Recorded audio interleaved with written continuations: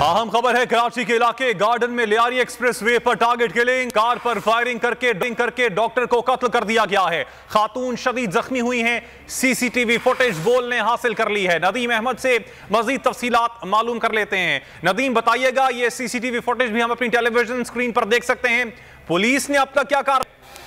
जी हाँ, डॉक्टर बीरबल कियानी जो कि साबका डायरेक्टर हेल्थ बताए जाते हैं केएमसी के, और इस आजकल जो है अपने प्राइवेट क्लिनिक के ऊपर जो है वो क्लिनिक करने के लिए जा रहे थे कि इसी दौरान नामालूम हमलावरों की जानिब से लियारी एक्सप्रेसवे गार्डन के इलाके के अंदर जो है वो इनकी कार पर फायरिंग की गई, जिसके नतीजे में डॉक्टर बीरबल मौके पर जाँ बाग हो गए, जबकि इनकी असिस्टेंट डॉक्टर कुर्रतुलैन जो है इस वाक़े में शदीद जख्मी हुई हैं।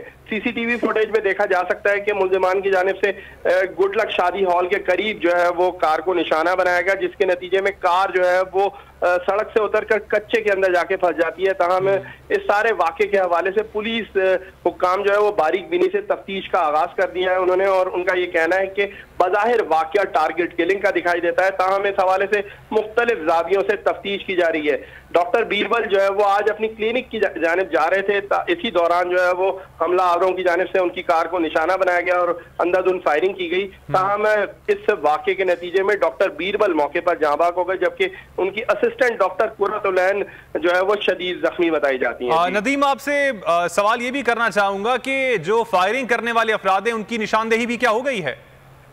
जी, इस हवाले से पुलिस हुक्काम का कहना है कि ताहाल तफ्तीश का सिलसिला जारी है। अब तक तहकीकात का सिलसिला जारी है। नदीम, आपने अपडेट किया, आपका शुक्रिया।